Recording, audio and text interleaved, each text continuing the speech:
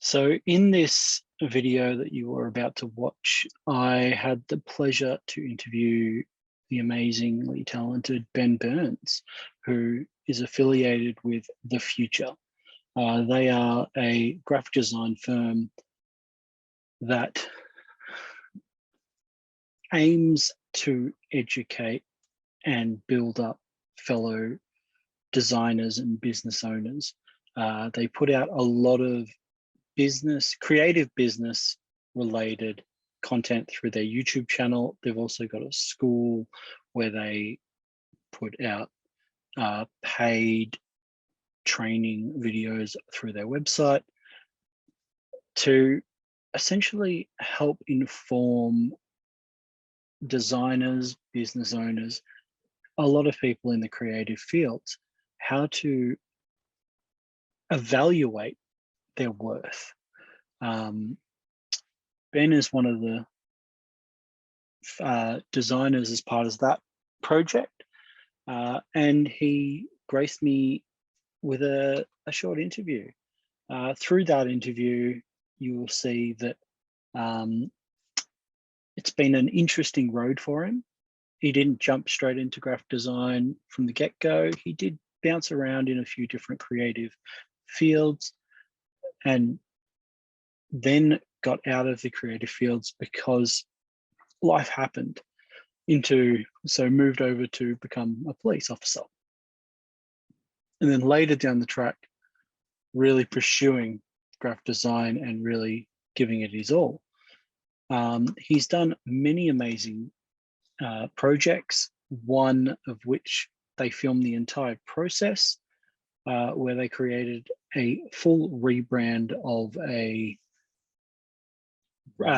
beer company around hops and stuff like that, and do a full logo revamp, full brand identity, everything, which is a very interesting video to watch. And it's really cool to get into the inner psyche of what I would say is a leading designer in the field. So in that interview, we spoke about what he saw designers leading towards, what skills designers should have, and the type of time you should be spent honing your art and honing your skills. It was an extremely interesting interview. I'm so grateful of the time that he's taken away in talking to me, and I look forward to talking to him again in the future. Enjoy the video. Hey, mate. Hey, Tom, how are you? I'm good, Ben. I'm really good. It's an absolute pleasure to actually meet you. Thank you right so on. much for giving me some of your time today. Yeah, absolutely. What time is it over there? It is 10 after 9 p.m. Oh, I really do appreciate it. It's 11 a.m. here. So I probably could have gone earlier to make it easier for you. I had no idea of the time. Are you in New Zealand or Australia? I forget. Australia. I'm in Melbourne. Uh-oh. Maybe experiencing some internet difficulties. Oh, no. Of course. I hope I can rectify that. There we go. Yeah, I think we're back. Yeah. Okay, cool. Hopefully my internet stays stable. Same. I have severe problems here too, so. Yeah, it's been a bit of an interesting one, that's for sure. So I'll give you a quick rundown of what this interview is about. But first of all, are you okay with me recording this? Yeah, absolutely. Beautiful. I just thought I'd double check. So I've already started the recording, but I can always just stop it. So I'm studying graphic design. So last year was a very interesting year for everyone, and it forced my hand to go into an industry that I should have done 10 years ago. So very cool. Yeah, so my background is hospitality management and photography.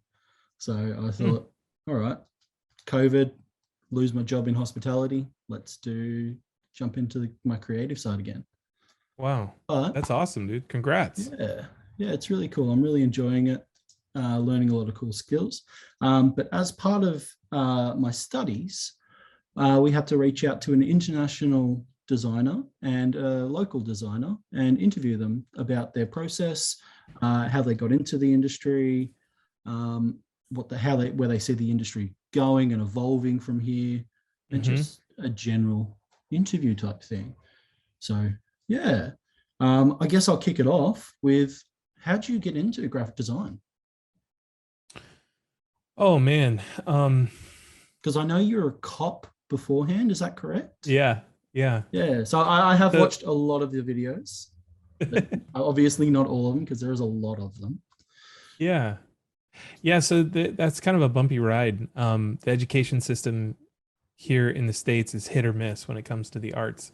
And so, especially when I was kind of coming up in the world, I was never exposed to design as a career choice. So through elementary and middle school, and which is our primary school, and then secondary school, high school, I literally had no idea that this stuff was real. Like I thought, taking a look at a piece of packaging, I thought that this was just something that just happened. You know, I never even connected the dots that there was like a thought process behind it.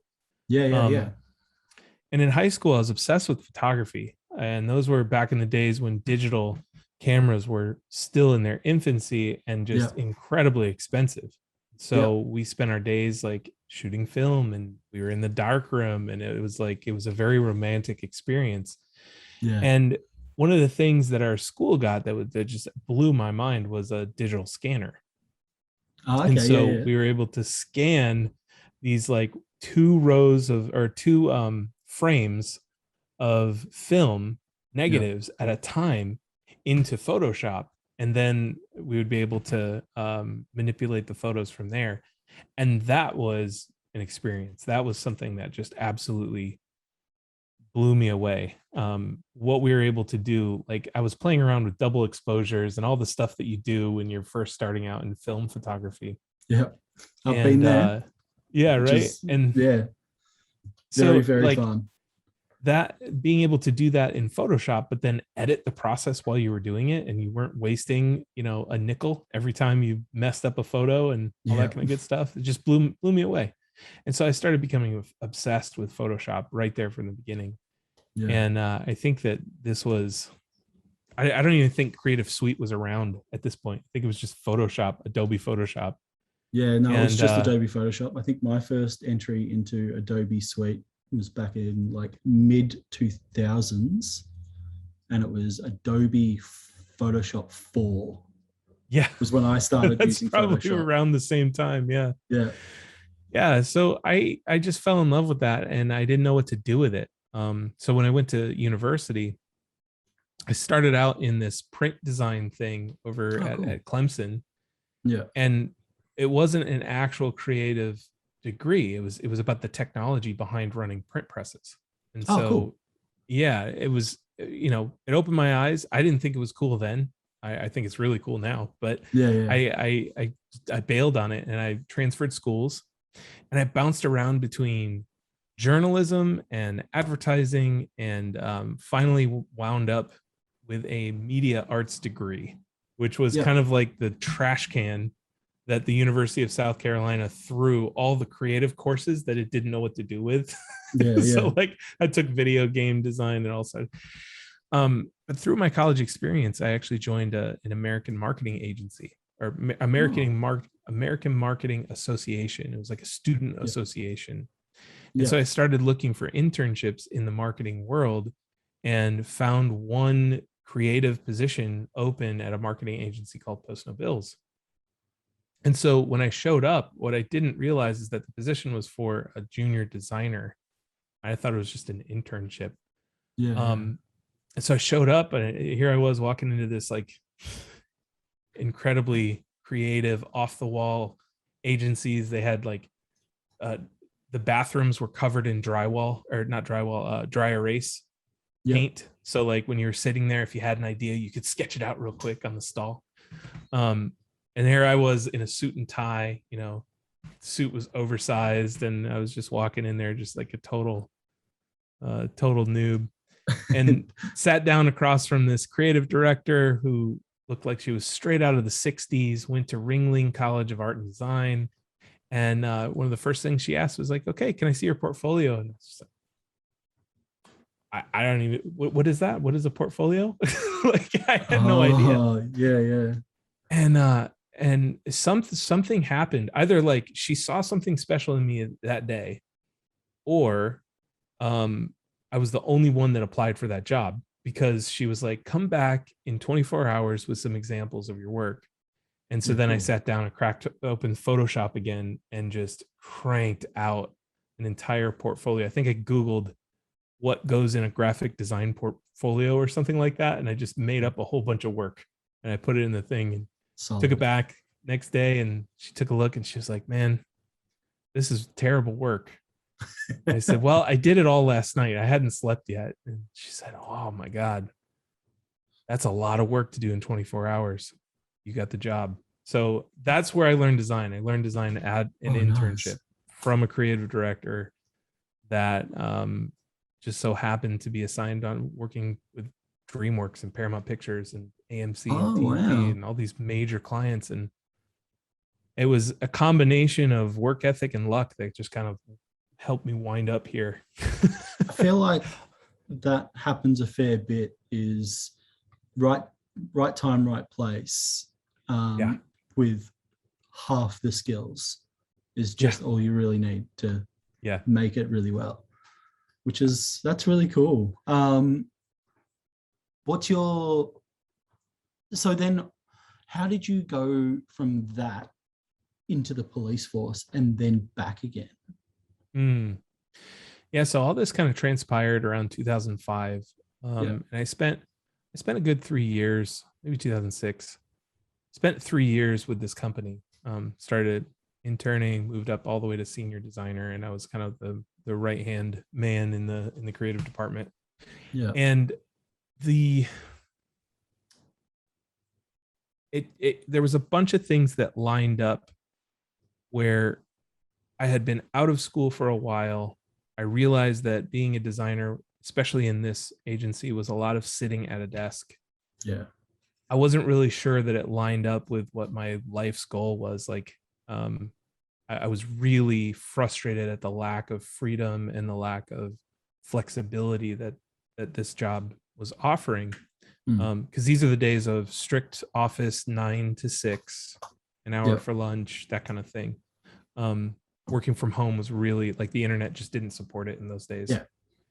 And so I was really frustrated with that. And I was also, it was always in the back of my mind, like, was I able to do something cool like that? You know, when we were raised, you know, we always were growing up playing cops and robbers and spy and, you know, soldiers and stuff like that. And I was always wondering, like, if I had it in me to do that. And so I went ahead and I was like, you know what? I was able to get this job. Why not just try for something out there? So I actually started, in my mind, at the top of the top. I applied to be in the CIA. Yep. And no one ever called me. And so then I bumped it down to the next agency and then went from federal to state investigator and kept going on down until I found some agency that would hire me, and it ended up being a local police department. Yeah. And so around about that time, I was like kind of considering making the jump anyways. I was like, maybe I'll go freelance for a while. And I tried it out for a little bit. And in that time, it just wasn't for me. And while all this was happening, it was 2008. Yeah. The housing market crashed. The economy took a tank. I know that the agency that I was working for lost an entire roster of clients.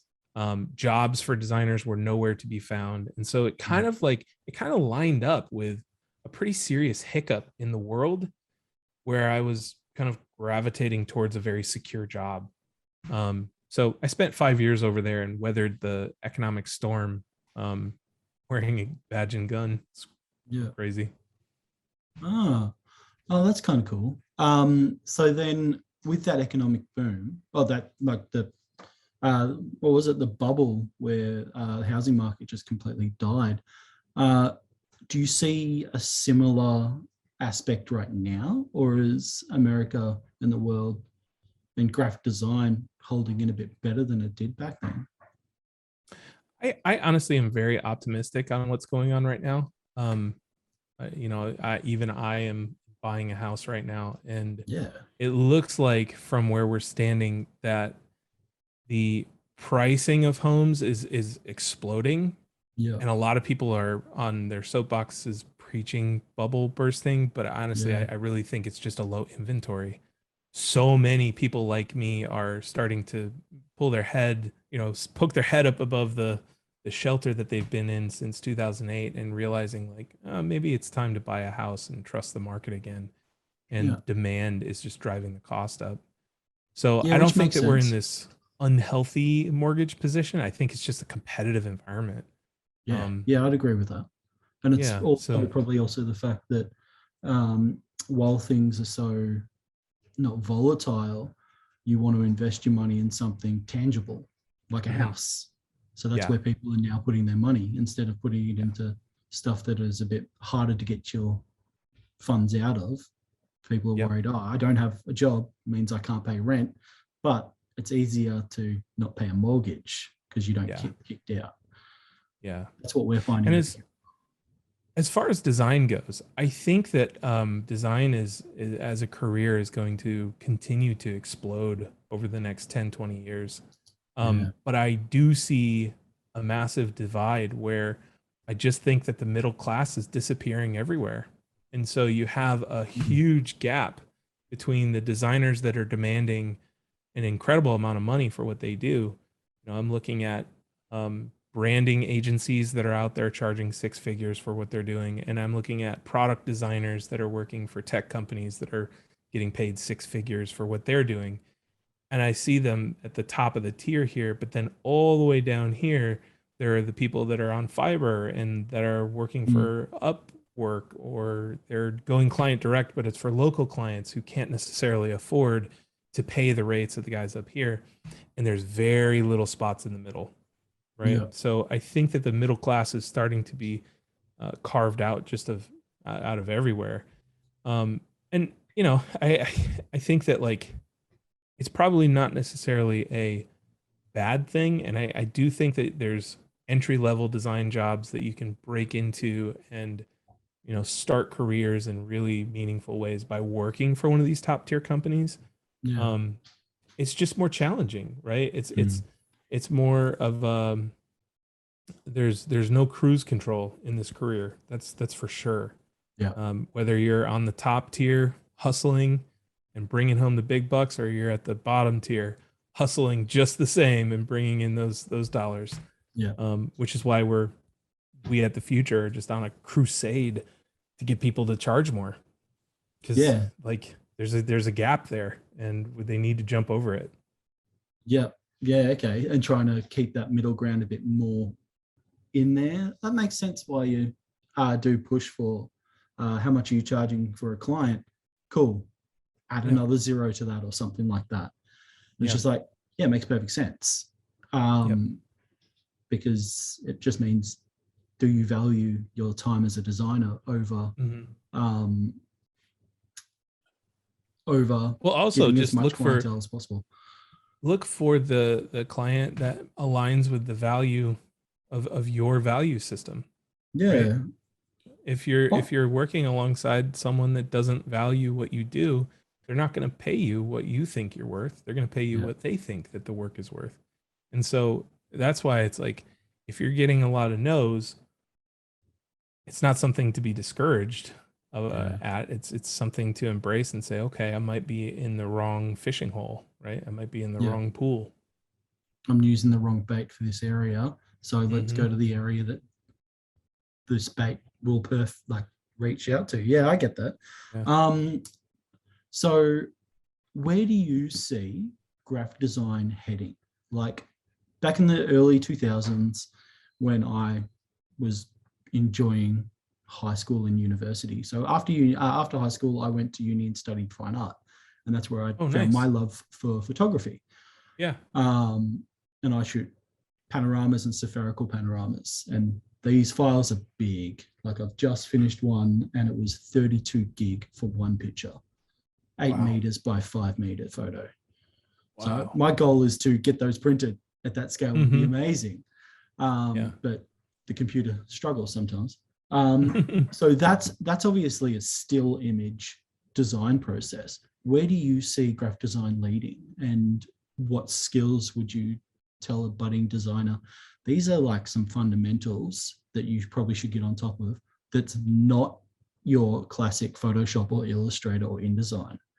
Yeah, I would honestly just take software completely off the table. Yep, cool. What will trump everything is a basic fundamental knowledge of layout, composition, color, and typography. And everybody looks at that and they're like, "Oh yeah, I got it." But no, many people don't. And honestly, if you look at Typography is that my bottom tier, biggest fear. yeah, if you look at that bottom tier of designers, right, and you go on Fiverr, they may know how to use Photoshop and Illustrator to the best of their abilities, but Yeah. if they're lacking fundamentals, that's going to keep them from jumping up to that top tier. It's going to hold Yeah. them back. And so, I highly recommend, because I was in those shoes. Like, I learned design on the job, and this was I was never trained in the fundamentals. It's been something that I've learned after the fact and realized, oh, this is why this looks good. It's because of this ratio that we used over here, or pairing this typeface with this typeface is good because the X heights match. And so the proportions are symmetrical, right? And so these fundamental things gives reason behind the aesthetic that you're drawn to. And then it allows you to reproduce them because you know the rules that they follow and when you can break those rules as well. So fundamental graphic design, you can never take too many courses on layout, composition, typography, and color. Those three things will carry you through. It doesn't matter what discipline you're doing. That's the key. Yeah, okay, cool. Add on to that, how do you see the 3D motion graphics and even just social media affecting graphic design these days? Do you think that that's where graphic designers need to start moving towards and getting on top of? Or do you think that they can stick to their 2D-esque designs? Well, I think you can look at that stuff like any trend. And a lot of people look at trends in a negative. But the thing is that like when there's a new technology introduced or something new that's introduced to any craft, it's going to revolutionize things.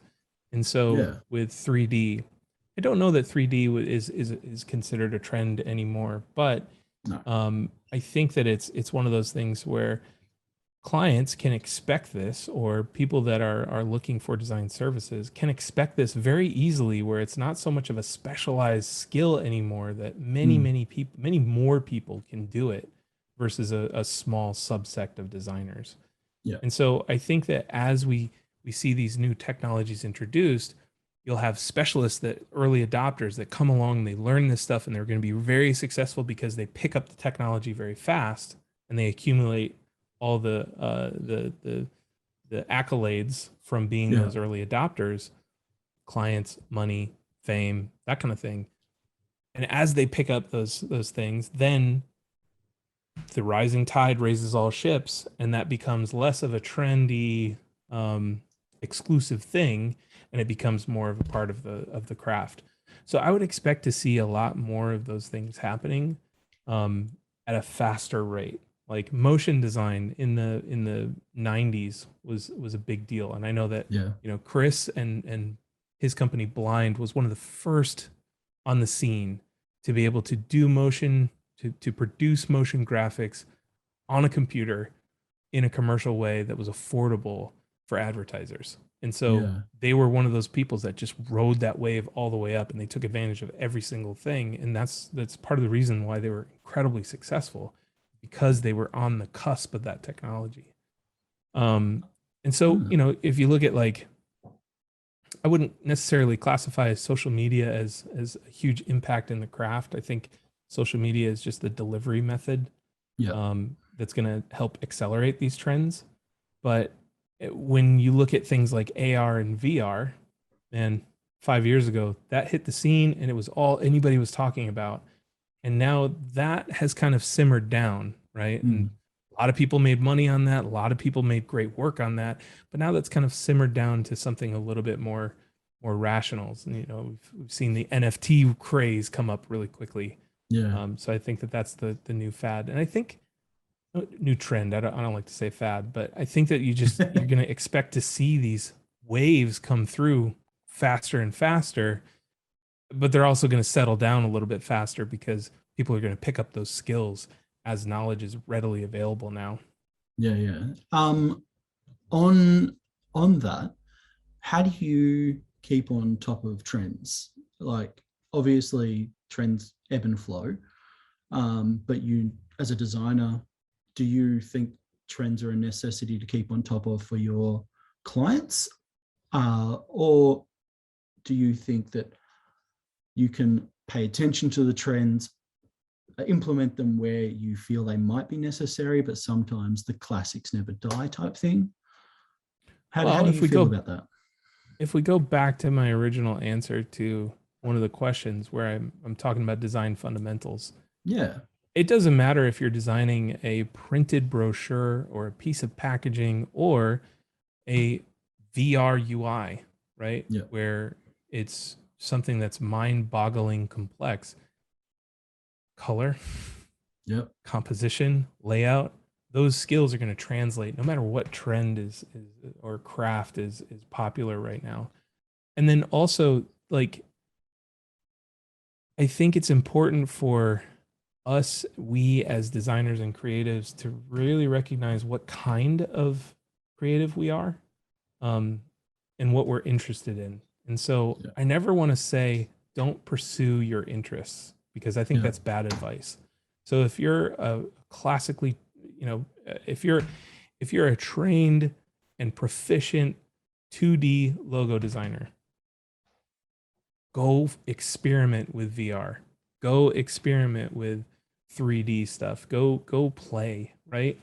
But I also think it's very important for you to, if you're going to be a crafts person, right? If you're going to be that person that is in a creative mode day in and day out, it's very important for you to go deep in a very specific area of that craft and be known for that.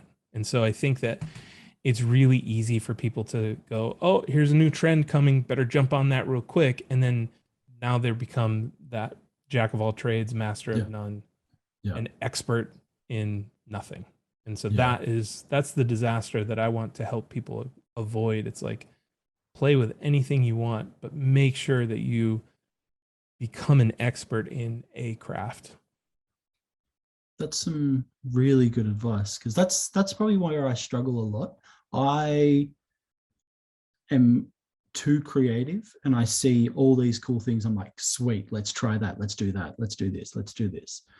And then I'm just like loving bringing in knowledge, learning new things. But it also means that I jump from creative aspect to creative aspect to creative aspect, because it's just like, oh, cool. So I haven't found a style yet. Although if you ask a lot of my friends, they would say, yeah, your style is actually spherical panoramas, because that's the one constant in your portfolio. That's the one thing that you always do, which is kind of interesting, because I've been shooting them since 2008, and now you can shoot them quickly on a phone or a drone. Drones shoot them really well now. Right.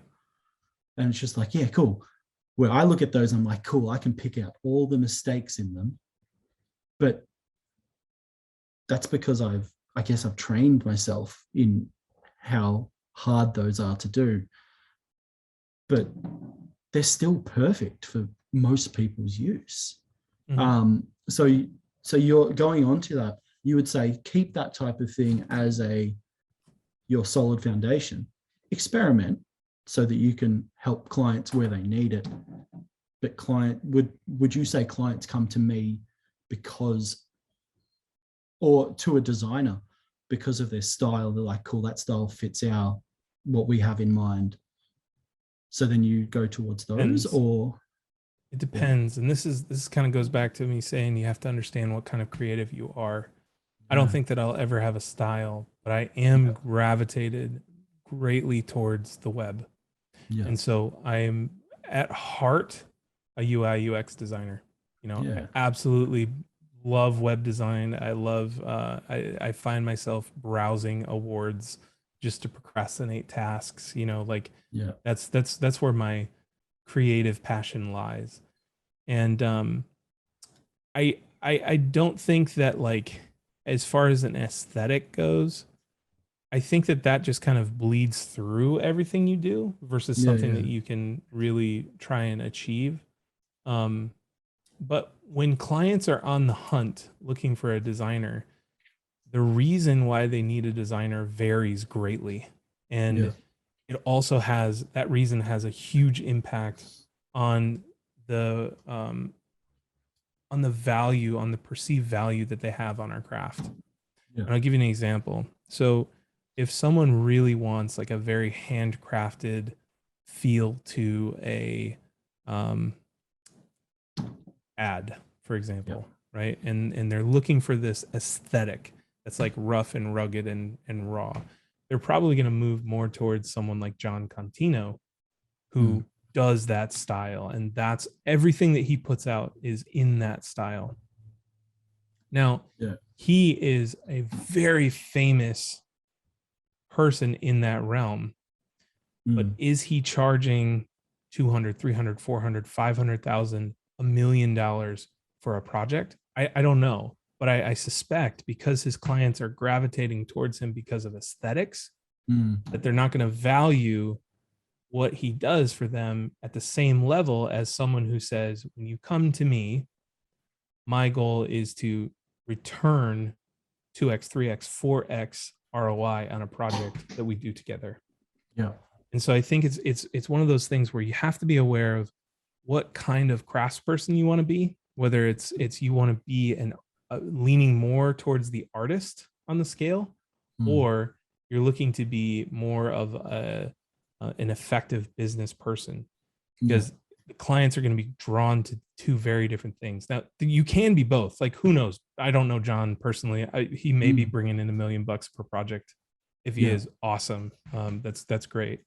But usually I've found it's one of the two. And when the clients are drawn more towards the aesthetics, that's typically something that's a little bit of a red flag, where the budget's probably not going to be there. But if they're driven towards ROI, then that's where, you know, they're willing to invest more in order to secure the result that they're looking for. So for me, I don't think that I'm ever going to be a craftsperson. I don't think I'm ever going to be on a scale of artist to entrepreneur. I lean way more towards this way versus someone that's a designer for designer's sake. So I think it's just a little bit of self-awareness there. And the trap that you have to avoid is you don't want to fall into the trap of the fake UX designer. Yeah. Right. And this is someone who is like, they're struggling with their craft. Their work is not living up to their expectations of themselves. And so instead of putting more hours in and taking the heat from critiques and improving their craft, they're kind of moving over towards a strategic role. And they're like, well, I'm a designer, I'm a creative, but I solely work with strategy, or I'm a UX designer. And the reason for that shift is kind of running away from being not as good at a craft as moving towards something that they're really, really interested in. And so, you know, I always kind of want to flag that for people, because as you're doing this road of self-discovery, that should be on your mind. It's like, am I interested in this because it's easy, or I perceive it to be easier than what I'm doing right now, or am I interested in this because I'm actually passionate about this? And so that's one of the things that people get caught up on, especially in the strategy world and the UX world. It's like, oh, you mean I don't have to make anything pretty? Well, that makes it. Yeah. Okay. Yeah, I get that. Add on to that. how do you, obviously every creative and designer goes through creative slumps. What do you do to get out of that creative slump? Also, watching the time, are you happy to keep going? I'm happy to wrap it up soon. Yeah, let's do another 8 minutes and then I'm gonna Easy. close it down for the day. Yeah, go for it. So yeah, just keep it. How do you Creative get out slumps. of the creative slump? It depends. It depends. I think that there are a couple of different things. There's like creative block, and then there's just a creative slump. And I think that the biggest thing is like recognizing if it's a short-term creative block, or if you're really feeling like you're creatively stunted in a craft. Yeah. For me, I have a couple of different things. Number one, if I'm in a creative block and it's just something in a project that I'm like flipping out over, or I can't get it right, and I don't understand, I'm not able to solve a creative problem very well for a client, or something that has a very clear deadline. The answer is to sit down and force yourself to do the work. And if you can't do the work, then you literally do nothing. You sit in a chair and do nothing. Those are your options. And so carving out the time to be bored and carving out the time to be creative is incredibly important. And I've got a lot of tactics that I use. Like, if I'm stuck on a logo, or if I'm stuck on a UI, I'll crack open a notebook like this. I will turn off the computer and I'll sit there with no music on, no other stimulus, with a locked door. And I'll force myself to put out 50 layouts in an hour or something like that. And so it's like, it's painful, but by the time you're done with the first 10 or 20, you've exhausted all of the bad ideas. There's no other bad ideas in here. And then the genius starts flowing.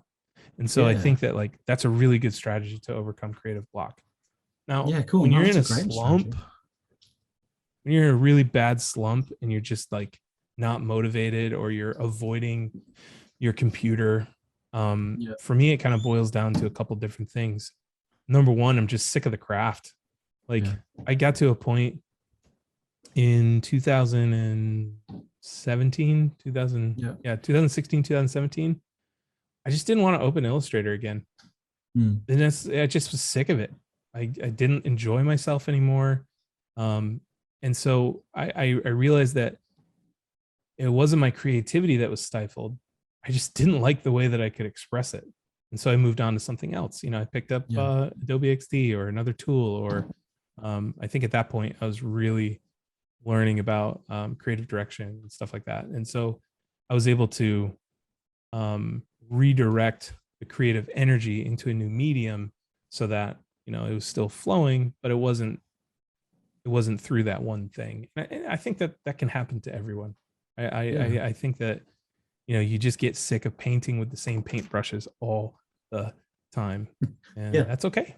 And then the other reason, the other thing is just, if you're overworked, because it's a very real thing that happens in our industry, especially if the kind of work that you're doing is grunt work, and it's one of those, like, you sit down and you're resizing logos all day, you're copying and pasting things, or you're putting barcodes on packaging. Like, if you're doing a bunch of shit tasks all day, you can get exhausted.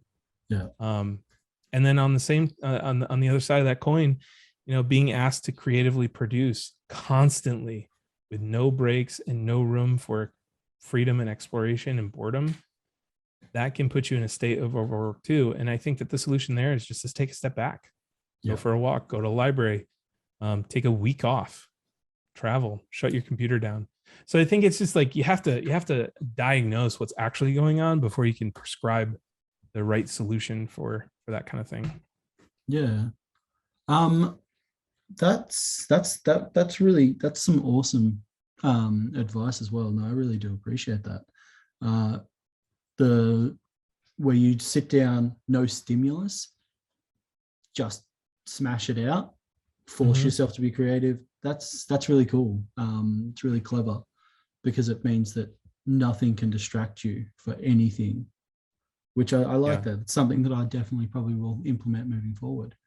That actually comes from, who said that?